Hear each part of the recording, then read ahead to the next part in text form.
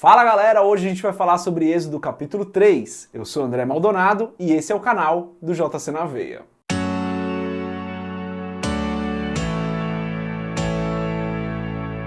Em Êxodo capítulo 3 a gente faz a transição, né? A transição agora para detalhes da vida de Moisés após o seu chamado por Deus.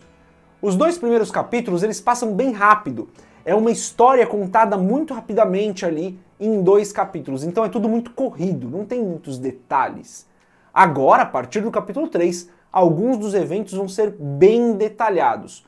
O encontro de Moisés com Deus, por exemplo, na sarça ardente, ele é bem detalhado, tem todo o diálogo que acontece. Então a gente tem uma mudança na velocidade da narrativa. Isso fala que esses eventos aqui a gente precisa prestar um pouco mais de atenção nos detalhes. E realmente aqui tem muitos detalhes para a gente prestar atenção. Certamente tem bastante coisa para a gente aprender aqui. Mas antes da gente continuar nesse vídeo, se você não é inscrito no canal, se inscreve, deixa o seu curtir e compartilha esse vídeo com outras pessoas. Compartilha o AB7, que é o nosso devocional diário, compartilha o estudo de Êxodo. Tem um monte de estudo aqui no canal, galera. Um monte de livro completo da Bíblia com estudo aqui no canal. E se você quiser comprar o livro Muito Além de um Pai, www.jcnaveia.com.br, vai ter um banner lá para você comprar. O capítulo começa falando do encontro de Moisés com Deus ali na sarça ardente, né? Vamos ler dos versos 2 a 6, o texto é um pouquinho longo, mas vale a pena. Está escrito assim, ó. E apareceu-lhe o anjo do Senhor em uma chama de fogo, no meio de uma sarça, e olhou, e eis que a sarça ardia no fogo, e a sarça não se consumia. E Moisés disse, agora me virarei para lá e verei essa grande visão, porque a sarça se não queima.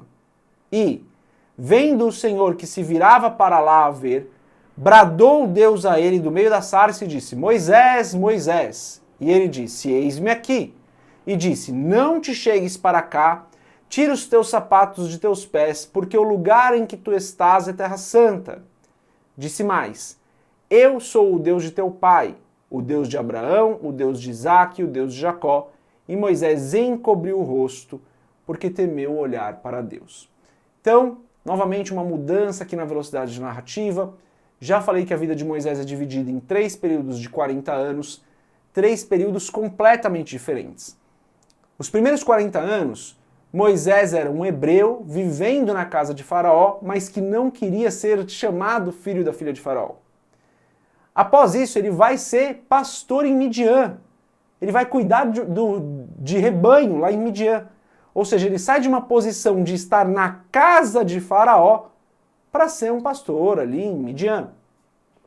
E no terceiro período, ele está cumprindo o chamado, cumprindo o propósito que Deus tinha para ele. Nossa vida muda muito, né, galera? A nossa vida muda e às vezes a gente nem entende muito por quê. Moisés estava numa posição de destaque, num lugar rico, na família mais rica, mais poderosa, e de repente ele se encontra em Midian, pastoreando ali ovelhas, né? E depois ele se vê como libertador do povo hebreu. Olha como a vida de Moisés muda, né, galera? E às vezes acontece a mesma coisa conosco. Às vezes a nossa vida muda, a gente não entende muito por quê. E aqui tem 2 ensinamentos meio básicos, né? O primeiro a gente não pode se apegar àquilo que a gente fez de plano, né? Às vezes a gente faz planos e pensa, mas não é aquilo que Deus tem pra gente. E o segundo a melhor coisa que nós podemos fazer é viver os planos do Senhor para as nossas vidas. É viver aquilo que Deus tem preparado para nós. Quando Moisés começa a viver o plano que Deus tem para a vida dele, a gente vê ao longo do livro de Êxodo, né, não está escrito isso, mas a gente percebe lendo que ele mesmo se encontra. Ele mesmo percebe que agora ele está fazendo aquilo que ele deveria fazer. Não se encontrou vivendo na casa de Faraó. Não se encontrou ali em Midian. Mas ele se encontra cumprindo o propósito de Deus. Então é isso, né, galera? A gente precisa cumprir o propósito de Deus.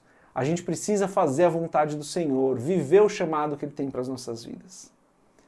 Nesse texto ainda a gente vê aqui que o anjo do Senhor fala com Moisés, que é uma teofania, né, uma aparição do Senhor para um ser humano.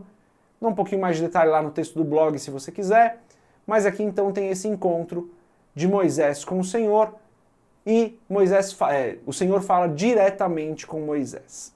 Então, esse encontro já é um pouco mais detalhado aqui na palavra. Um ponto interessante desse texto é que Deus fala para Moisés: tira as sandálias dos seus pés porque o lugar onde você está é terra santa. Isso fala sobre reverência. E galera, nós devemos ser reverentes na presença do Senhor.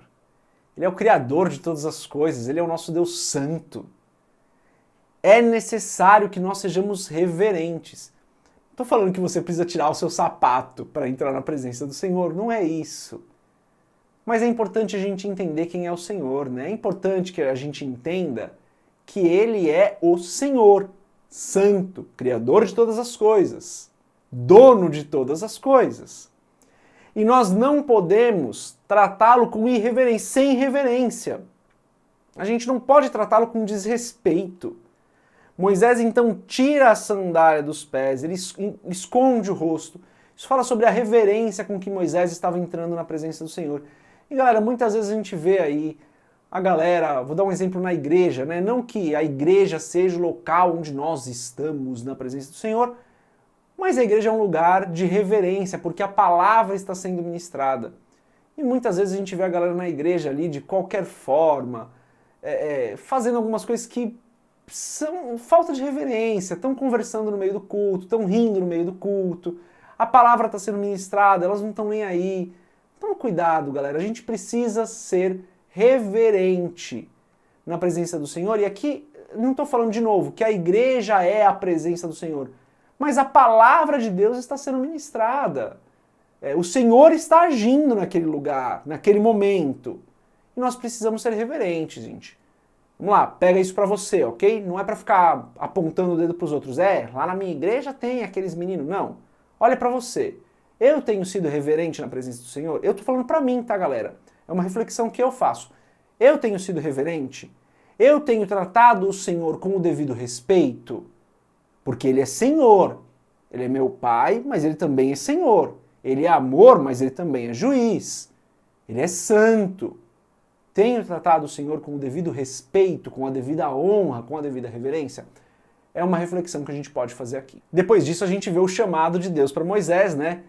Deus convidando Moisés ali para cumprir o propósito. No versículo 10 está escrito assim: vem agora, pois, e eu te enviarei a Faraó, para que tires o meu povo, os filhos de Israel, do Egito.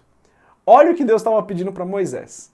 Fala assim: Moisés, volta lá no Egito, lugar onde você vai ser perseguido, porque você matou um egípcio, e você vai tirar o povo hebreu, aquele povo que te rejeitou, que não te quer como líder, você vai tirar o povo hebreu de lá.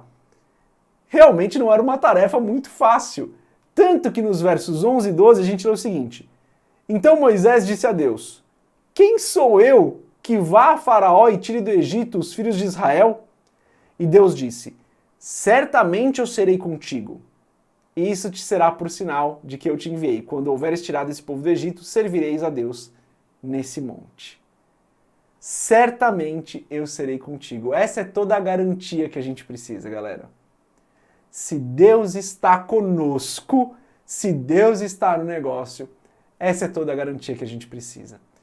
Moisés, nesse momento, ainda não estava entendendo muito isso, tanto que a gente vai ver no próximo capítulo ele questionando Deus algumas vezes, mas a gente vê que Moisés entende isso. Lá em Êxodo 33, versículo 15, está assim, então estou indo bem para frente agora, tá? Mesmo livro, mas estou indo lá para o capítulo 33. Olha o que Moisés fala para Deus. Então disse-lhe: se a tua presença não for conosco, não nos faça subir daqui. Nesse momento de Êxodo 3, Moisés ainda não tinha entendido muito bem a garantia que o Senhor estava dando, porque o Senhor fala: certamente eu serei contigo. É toda a garantia que ele precisava. Mas Moisés não tinha entendido muito bem isso ainda. A gente vai ver isso no capítulo 4.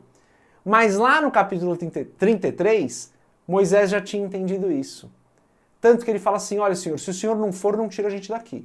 Porque sem o Senhor a gente não vai. Porque a tua presença é o que a gente precisa. Porque estar com o Senhor é fundamental para que a gente fique vivo, para que a gente permaneça. Então, se o Senhor não vai, eu não vou. Mas se o Senhor for, eu vou. Olha como Moisés muda de atitude, né? E galera, a gente precisa aprender isso. Importa que nós estejamos na presença do Senhor. E daí é menos importante onde a gente está ou o que a gente está fazendo, contanto que nós estejamos com o Senhor. a gente precisa entender muito rapidamente o que Moisés demorou muito tempo para entender. Aqui Moisés ainda não entendia isso. Lá em Êxodo 33 ele passou a entender. A gente precisa entender isso rápido, galera. Importa que nós estejamos na presença do Senhor. Não tem como não conectar isso com João 6. Quando alguns dos discípulos abandonam Cristo, Cristo se vira para os apóstolos e fala assim, vocês também querem ir? E Pedro fala para ele, Senhor, para onde iremos nós? Só tu tens as palavras de vida eterna. Então, Pedro tinha entendido que ele não tinha para onde ir se não fosse andar com o Senhor.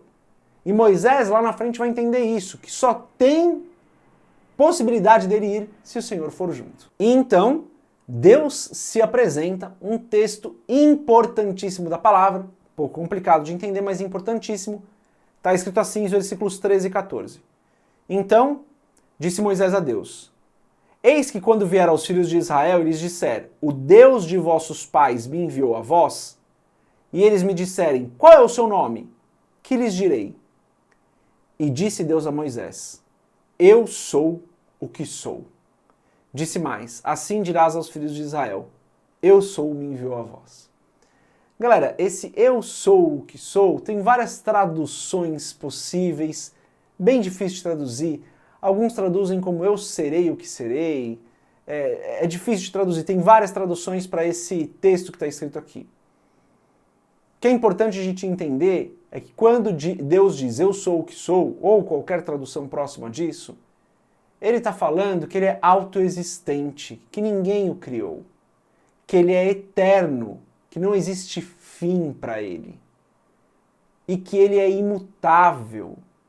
O que ele é o que ele vai ser, o que ele fala é o que vai acontecer. Então, eu sou o que sou, revela muito sobre o caráter de Deus, sobre quem ele é. E é importante a gente meditar um pouco mais nesse texto. Meu pedido vai lá no blog, eu falei um pouquinho mais sobre isso. Sobre esse texto, eu sou o que sou. Mas rapidamente aqui, para a gente não alongar muito, Deus ele é autoexistente, ninguém o criou. Eu sou o que sou. Não existe criação para ele, ele é autoexistente. Ele é eterno e ele não muda. Isso é maravilhoso, galera. A gente encontra alívio, a gente encontra segurança, a gente encontra conforto ao entender que Deus é. Ele não foi, ele não será, ele é e ele sempre é. No passado ele é, no futuro ele é, porque ele é autoexistente, ele é eterno, ele é imutável. E daí dos versos 18 a 20, Deus já apresenta o plano dele para Moisés, já apresenta o plano completo, já deu spoiler de tudo que ele faria. Está escrito assim, e ouvirão a tua voz, e irás, tu e os anciãos de Israel, ao rei do Egito, e dir-lhe-eis, o Senhor, o Deus dos hebreus, nos encontrou. Agora, pois, deixa-nos ir caminho de 3 dias para o deserto, para que sacrifiquemos ao Senhor nosso Deus. Eu sei, porém, que o rei do Egito não vos deixará ir, nem ainda por uma mão forte, porque eu estenderei a minha mão e ferirei ao Egito com todas as minhas maravilhas que farei no meio dele. Depois vos deixará ir. Deus já sabia o que ia acontecer, galera. Deus já sabia exatamente como as coisas se desenrolariam. E ele apresenta isso para Moisés. Ele fala, Moisés, é isso que vai acontecer. Eu estou no controle de todas as coisas. Eu sou soberano. E a minha mão é mais forte. A gente falou disso no último vídeo, né, de Êxodo 2. Gente, quando Deus quer, ele faz. Nada pode impedir. Não tem plano humano que impeça a ação do Senhor. De novo, isso é conforto pra gente, isso é segurança pra gente. Não existe plano humano que impeça a ação do Senhor. Porque o Senhor é soberano, porque ele é maravilhoso. Galera, é isso. Tem muito mais para estudar aqui, né? Um capítulo denso, um capítulo já bem mais detalhado. Mas vou parar por aqui. Se você tiver dúvidas, você deixa o seu comentário aqui. E eu tenho terminado esses vídeos com uma breve oração, então se você puder, se você quiser, feche os seus olhos, curva sua cabeça e ore comigo.